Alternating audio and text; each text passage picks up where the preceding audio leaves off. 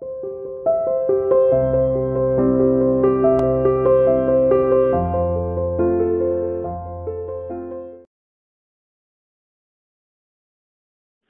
to CR International School online study classes. बेटे we were doing the chapter number 6 banking.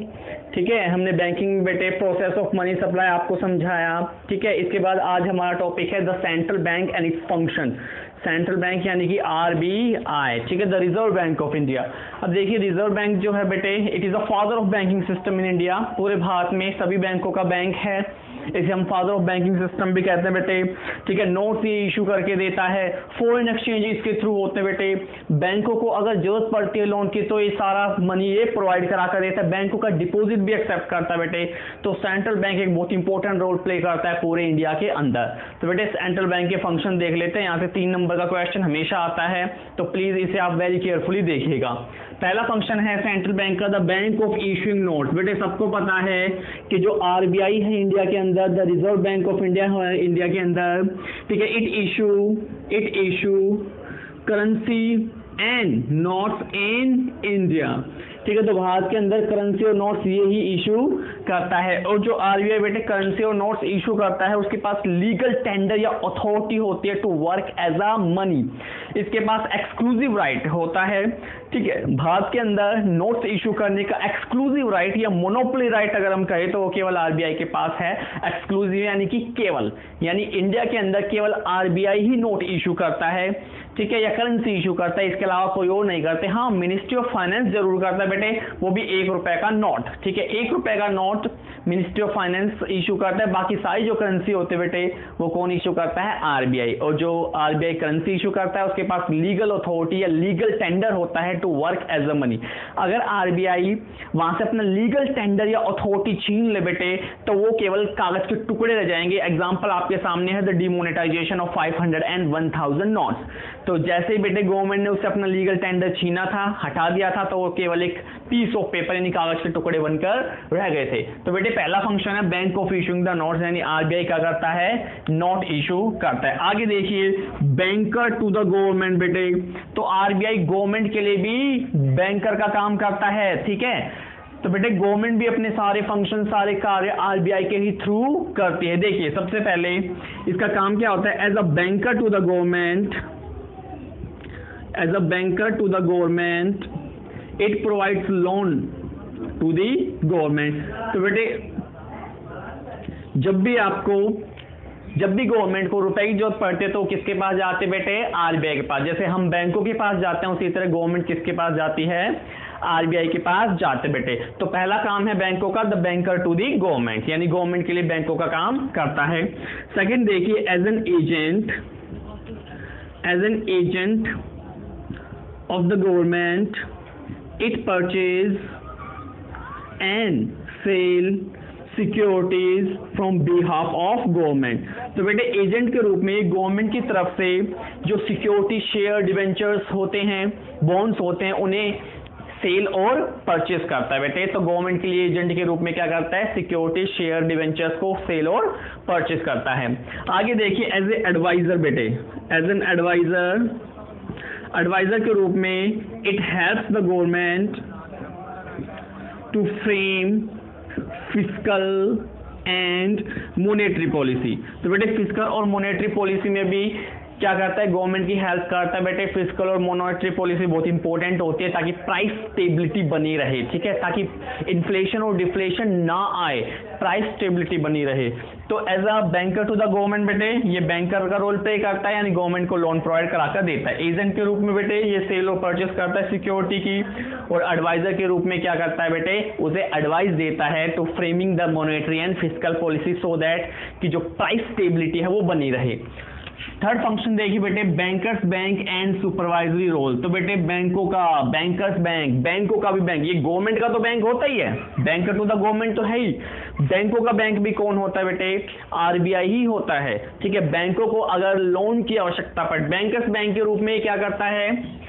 जो commercial bank होता है उनसे deposit accept करता है। क्या करता है? डिपॉजिट एक्सेप्ट करता है। अगर मान लीजिए समटाइम कमर्शियल बैंकों के पास ज्यादा रुपया हो जाता है बेटे, तो वो अपनी सेविंग किसके पास करते हैं? आरबीआई के पास करते हैं। तो डिपॉजिट एक्सेप्ट करता है, आल्सो ग्रांटिंग द लोन, और बेटे लोन ग्रांट करता है बैंकों को। ठीक है, बैंक को क्या करता है? लोन ग्रांट करता है। ठीक है, तो एज अ बैंकर्स बैंक हो गया। आगे देखिए सुपरवाइजरी रोल। तो अपने सुपरवाइजरी रोल में बेटे, ठीक है, सुपरवाइजरी रोल में ये बैंकों को direction, rules, regulation, policies frame करके देता है बेटे। ठीक है, तो रूल्स, रेगुलेशन, पॉलिसीज फ्रेम करके देता है जो सभी बैंकों को, चाहे वो पब्लिक हो या प्राइवेट हो, फॉलो करने पड़ते हैं। Policy regarding CRR, cash reserve ratio बेटे, जो बहुत इंपॉर्टेंट होता है। किस लिए इंपॉर्टेंट होता है? मनी सप्लाई को क्रिएट करने में। मैंने प्रीवियस टॉपिक में आपको बताया कि सीआरआर क्या होता है। ठीक है, it is a percentage of total deposit, ठीक है, deposit by the commercial bank with the RBI. तो सीआरआर को बढ़ाता है, घटाता है। तो एज अ सुपरवाइजरी रोल ये मेक श्योर करता है भाई बैंक जो आरबीआई के डायरेक्शंस है, जो दिशा निर्देश हैं, उन्हें प्रॉपरली फॉलो करे बेटे। स्पेशली सीआरआर और एसएलआर को प्रॉपरली फॉलो करे, क्योंकि सीआरआर और एसएलआर को फॉलो करने से बेटे प्राइस स्टेबिलिटी बनी रहती है, यानी कि इन्फ्लेशन और डिफ्लेशन की जो स्थिति है वो नहीं आती, प्राइस स्टेबिलिटी बनी रहती है, प्राइस बेटे स्थिर रहते हैं। ठीक है, और प्राइस स्थिर रहते हैं तो देश के लिए अच्छी बात होती है। जब इन्फ्लेशन डिफ्लेशन आती है तो देश के लिए बड़ी खराब बात होती है। अब देखिए, ठीक है, लॉकडाउन के अंदर बेटे प्राइस बढ़ रहे हैं, गरीब लोगों का बड़ा बुरा हाल हो रहा है, बेचारे भूखे मर रहे हैं। तो इसीलिए तो बेटे आरबीआई मेक श्योर करता है कि भाई अपने सुपरवाइजरी यानी कि बैंकों पर निरीक्षण रखना, बैंकों पर निगरानी रखना। एक तरह से बेटे बैंकों पर पूरी निगरानी रखते हैं कि बैंक प्रॉपरली आरबीआई के डायरेक्शंस को, आरबीआई के दिशा निर्देशों को फॉलो कर रहे हैं या नहीं कर रहे हैं। आरबीआई ने जो सीआरआर और एसएलआर यानी कि स्टैट्यूटरी लिक्विडिटी रेशो, देखिए सीआरआर तो बैंकों को आरबीआई के पास बेटे जमा करना पड़ता है और एसएलआर अपने खुद के पास रखना पड़ते हैं। अगर बैंक अपने खुद के पास रुपया नहीं रखेगा तो बेटे वो जनरल पब्लिक जो डिमांड करने आई है रुपए की, उन्हें कैसे देगा बैंक? तो इसीलिए बेटे एक एसएलआर भी होता है जो बैंकों को मेंटेन रखना पड़ता है। ऑलमोस्ट 20% होता है बेटे, कि अगर बैंकों के पास 1 करोड़ रुपया है तो उसका 20% हो गया, यानी 20 लाख रुपए अपने पास हमेशा रखने पड़ते हैं।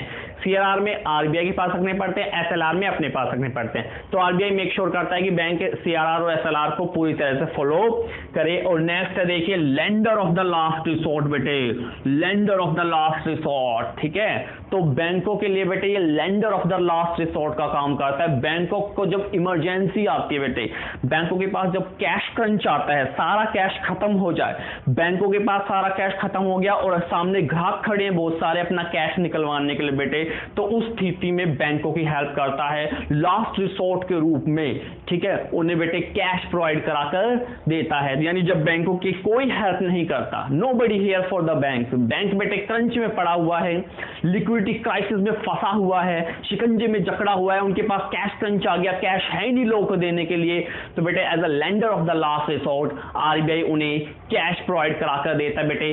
कैश प्रोवाइड करने के पीछे दो पर्पस होते हैं बेटे, कि एक तो जो लोगों का विश्वास है, the faith of the people है, वो बैंकिंग सिस्टम पर बना रहे। अगर बैंकों में क्राइसिस आ जाएगा तो लोग बेटे रुपए जमा करना बंद कर देंगे बैंकों में। इसीलिए बेटे आरबीआई चाहता है कि हर बैंक की हेल्प, जैसे यस बैंक डूब चुका था पूरा, फिर भी उसने आरबीआई ने उसे खरीद कर अपने, ठीक है, खुद उसमें मर्ज करके उसे पूरी से खड़ा कर रहे हैं यस बैंक को, ताकि लोगों का विश्वास बना रहे बेटे।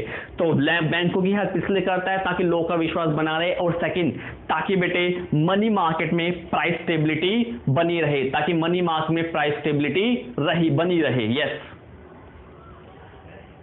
देखिए बेटे 3 फंक्शन और रह गए हैं अभी। ठीक है, 5वां फंक्शन देखिए, custodian of foreign exchange. Custody का मतलब पता है ना आपको, किसी की कस्टडी रखना बेटे, निगरानी रखना।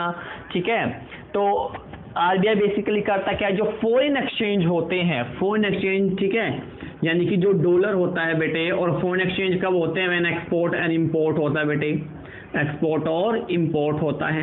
तो आरबीआई बेसिकली करता क्या है, फॉरेन एक्सचेंज की कस्टडी अपने पास रखता है, जितने भी फॉरेन ट्रांजैक्शन होते हैं यानी इंपोर्ट और एक्सपोर्ट होते हैं बेटे, they are routed through RBI, वो आरबीआई के पास से होकर गुजरते हैं और आरबीआई मेक श्योर करता है बेटे फॉरेन ट्रांजैक्शन के अंदर कोई घपला ना हो, कोई स्कैंडल ना हो, प्रॉपर तरीके से अच्छे तरीके से ये हो सके। तो कहने का मतलब बेटे जो फॉरेन एक्सचेंज होता है, जो डॉलर होते हैं बेटे, जितने भी विदेशी करेंसी होती है उनका रिजर्व आरबीआई के पास होता है और जितने भी फॉरेन ट्रांजैक्शन होते हैं यानी इंपोर्ट और एक्सपोर्ट होते हैं they are routed through RBI, वो आरबीआई से होकर गुजरते हैं। So there is a custody of foreign exchange with the RBI. ठीक है, तो बेटे जो फॉरेन एक्सचेंज हो गया, जो फॉरेन करेंसी का रिजर्व हो गया, कहने का मतलब है the reserve of foreign currency, जिसमें यूके का पौंड होता है, यूएस का डॉलर होता है, चाइना का येन होता है, जापानीज मुद्रा होती है बेटे, इन सब की कस्टडी, ठीक है, किसके पास होते हैं? आरबीआई के पास होते हैं। इन सब का रिजर्व किसके पास होता है बेटे?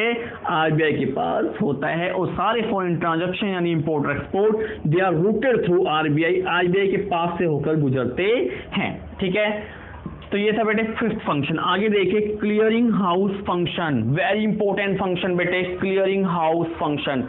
आपको ये तो पता ही होगा कि जो हमारा संबंध होता है कमर्शियल बैंकों के साथ, वही कमर्शियल बैंकों का संबंध होता है आरबीआई के साथ बेटे। हमें रुपए जमा करने होते हैं, हम कमर्शियल बैंकों के पास जाते हैं, हमें लोन होते हैं, हमें कमर्शियल बैंकों के पास जाते हैं। कमर्शियल बैंकों को लोन की आवश्यकता पड़े, they are go to the RBI. Commercial बैंकों के पास डिपॉजिट ज्यादा हो गए, वो क्या करेंगे? आरबीआई के पास जमा कर देंगे बेटे। तो हमारा रिलेशनशिप है बेटे कमर्शियल बैंकों के साथ, सेम वही रिलेशन है कमर्शियल बैंकों का किसके साथ? आरबीआई के पास। तो इसीलिए बेटे ऑल बैंक्स, अब देखिए इसे इंपॉर्टेंट है ये, all banks have their account with RBI, यानी सभी बैंकों का अकाउंट किसके पास होता है बेटे? आरबीआई के पास होता है। और अब आरबीआई करती क्या है बेटे? जितने भी चेक होते हैं, जितने भी चेक्स कटते हैं ना, ये सारे आरबीआई के पास जाते हैं बेटे, और आरबीआई इन सभी चेक्स को क्या कर देती है? सेटलमेंट कर देती है। ये इंटर बैंकिंग क्लेम जो होते हैं, एक बैंक का दूसरे पे क्लेम बेटे, उन्हें सेटलमेंट कर देती है। लेट्स टेक एन एग्जांपल, एक एग्जांपल के थ्रू समझते हैं।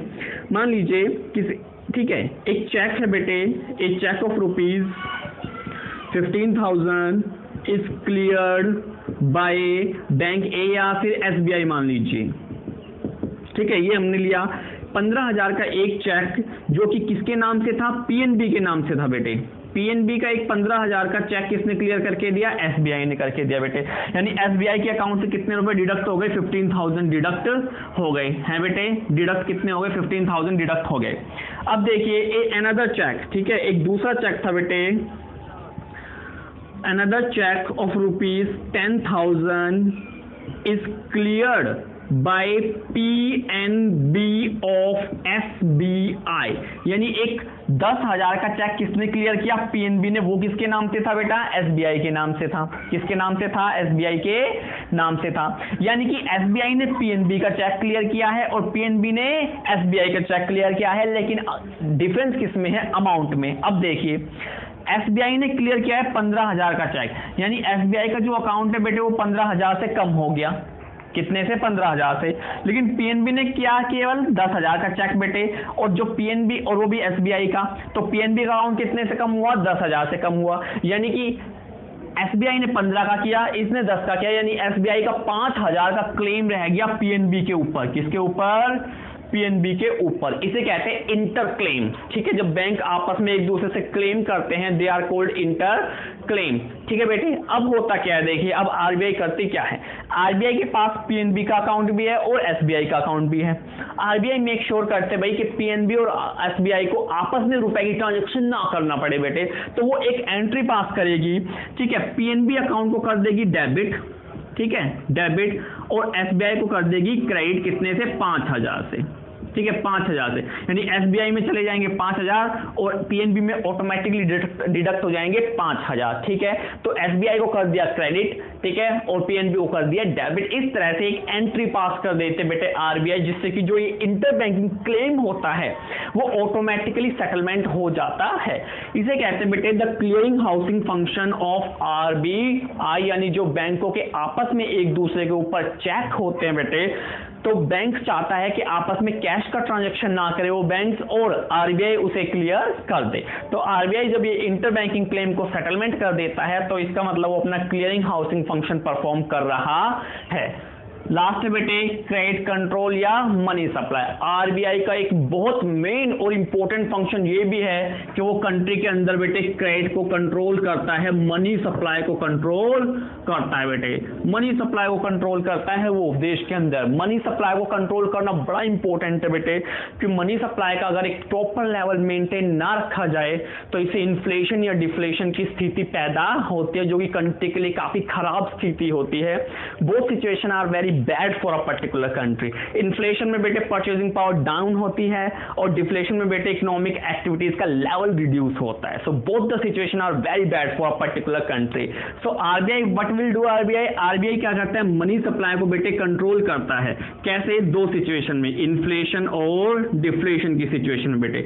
इन्फ्लेशन में जहां प्राइस बहुत ज्यादा हाई है और इकोनॉमिक एक्टिविटी बहुत हाई लेवल पर है, लोगों के पास पैसा बहुत ज्यादा है, तो वहां वो क्या करता है, मनी सप्लाई को रिड्यूस कर देता है, मनी सप्लाई को रिड्यूस कर देता है। और डिफ्लेशन जहां बेटे इकोनॉमिक एक्टिविटीज का लेवल बहुत डाउन है, ठीक है, स्तर बहुत गिरा हुआ है, वहां वो मनी सप्लाई को क्या कर देता है, इंक्रीज कर देता है बेटे। तो इन्फ्लेशन और डिफ्लेशन को कंट्रोल करके क्या करता है आरबीआई, प्राइस स्टेबिलिटी लेकर आता है, प्राइस में स्थिरता लेकर आता है, ठीक है, और क्रेडिट को कंट्रोल करता है, मनी सप्लाई को रेगुलेट करता है। और ये एक बहुत इंपॉर्टेंट फंक्शन है आरबीआई का। अपने इस फंक्शन में वो, ठीक है, इकोनॉमी को स्टेबिलिटी में रखने की कोशिश करता है by controlling the inflation and deflation.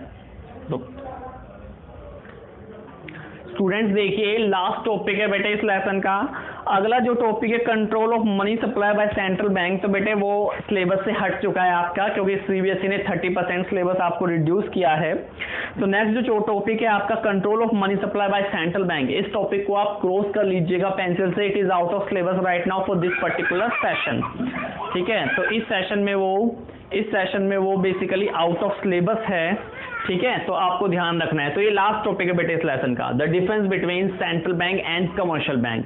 तो बेटे सेंट्रल बैंक तो मैंने बताया बैंकों का ही बैंक है, गवर्नमेंट का ही बैंक है बेटे, ठीक है, फॉरेन एक्सचेंज की कस्टडी अपने पास रखता है। जबकि जो एक कमर्शियल बैंक है बेटे वो जनरल पब्लिक के साथ डील करता है, उनसे डिपॉजिट एक्सेप्ट करता है और उन्हें लोन ग्रांट करके देता है, ठीक है। तो इस तरह से तो देख लीजिए एक बार डिफरेंस क्या है बेटे। पहला डिफरेंस देखिए, it is a apex institution. जो सेंट्रल बैंक है वो एक एपेक्स का मतलब होता है सर्वोच्च संस्था। तो बैंकों की सर्वोच्च संस्था कौन है, आरबीआई है बेटे। सभी बैंकों पर निगरानी कौन रखता है बेटे, आरबीआई रखता है। So it is a apex bank. The all bank have to control by the RBI and all banks have to control under the RBI. तो बेटे सभी बैंकों को आरबीआई के डायरेक्शन पर, आरबीआई के अंडर काम करना पड़ता है। तो सेंट्रल बैंक एक एपेक्स बैंक है, the bank of all bank, ठीक है, सभी बैंकों का bank, all common bank by control by central bank. तो सभी के सभी कमर्शियल बैंकों को कौन कंट्रोल करता है, सेंट्रल बैंक। देखिए commercial bank it deals with the public. Commercial बैंकों का बेटे डायरेक्ट संबंध पब्लिक के साथ होता है। आरबीआई कभी भी पब्लिक के साथ डील नहीं करती, केवल कमर्शियल बैंक करते हैं। तो इसकी डायरेक्ट डीलिंग होती है बेटे पब्लिक के साथ। It accept deposit from public, ठीक है बेटे, ये डिपॉजिट एक्सेप्ट करता है फ्रॉम जनरल पब्लिक, किनसे, जनरल पब्लिक से, एंड ग्रांटिंग देम लोन्स, और उन्हें क्या करता है बेटे, लोन प्रोवाइड करता है फॉर इन्वेस्टमेंट एंड कंजप्शन, ठीक है बेटे। इन्वेस्टमेंट एंड कंजप्शन के लिए क्या प्रोवाइड करता है, जनरल पब्लिक को लोन प्रोवाइड कराकर देता है, ठीक है बेटे। तो कहने का मतलब है सेंट्रल बैंक तो एपेक्स इंस्टीट्यूशन है बेटे, सभी बैंकों का बैंक होता है और सभी कमर्शियल बैंकों को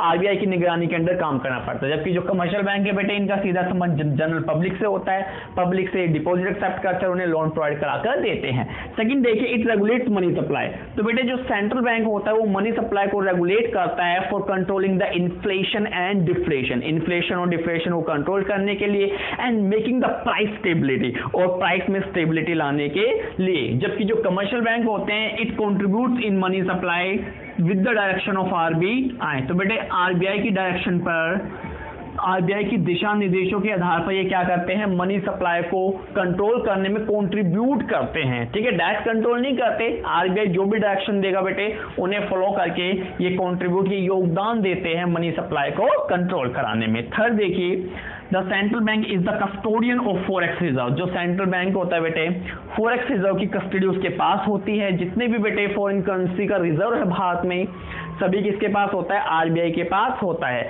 also RBI makes the manage floating, बेटे फ्लोटिंग 3 तरह की थी, एक्सचेंज रेट जो होते हैं वो 3 तरह के होते हैं, हमने पढ़ाया हुआ है आपको, ठीक है, free exchange rate, fixed exchange rate और एक मैनेज फ्लोटिंग होती है जिसे डर्टी फ्लोटिंग भी कहते हैं। तो जो डर्टी फ्लोटिंग है भारत के अंदर कौन करता है, आरबीआई करता है, यानी कि जो डॉलर के प्राइस अप एंड डाउन होते हैं ना बेटे, उसे मैनेज करने का काम कौन करता है, आरबीआई करता है। इधर देखिए, it is not a custodian, तो बेटे वो कस्टडी तो नहीं होती कमर्शियल बैंकों के पास बेटे, ठीक है, but they deals in foreign exchange, ये बेटे फॉरेन एक्सचेंज में डील करते हैं, ठीक है, for earning the profit, for earning the profit, ताकि ये प्रॉफिट अर्न कर सके बेटे, ठीक है, क्योंकि आपको पता है बेटे फॉरेन मार्केट में भी काफी सारे फ्लक्चुएशन होते हैं और जो सही अंदाजा लगा ले बेटे वो सही समय पर परचेज या सेल करके काफी प्रॉफिट कमा सकते हैं। तो बेटे कमर्शियल बैंक करते क्या है, इनके पास कस्टडी तो नहीं होती लेकिन फिर भी ये डील करते हैं, ठीक है, फॉरेन एक्सचेंज को खरीदने और बेचने का काम करते हैं और प्रॉफिट कमाने का काम करते हैं। 4 देखिए, नोट्स इशूइंग अथॉरिटी, सबको पता है सेंट्रल बैंक क्या करता है भारत में, नोट इशू करता है और कमर्शियल बैंकों के पास ये अथॉरिटी नहीं होती, they have not any authority for issuing the notes. तो बेटे नोट इशू नहीं करते ये, ठीक है, नोट्स इशू नहीं करते। लास्ट पॉइंट देखिए, it focus on growth and stability, तो बेटे जो आरबीआई है, रिजर्व बैंक ऑफ इंडिया है, उसका जो मेन फोकस है इंडिया की ग्रोथ भी करना है यानी जीडीपी भी बढ़ाना है और साथ ही साथ प्राइस स्टेबिलिटी भी यानी कि इन्फ्लेशन और डिफ्लेशन को कंट्रोल करना भी होता है। जबकि जो एक कमर्शियल बैंक होते हैं उनका उद्देश्य केवल प्रॉफिट मैक्सिमाइजेशन होता है बेटे। Thank you.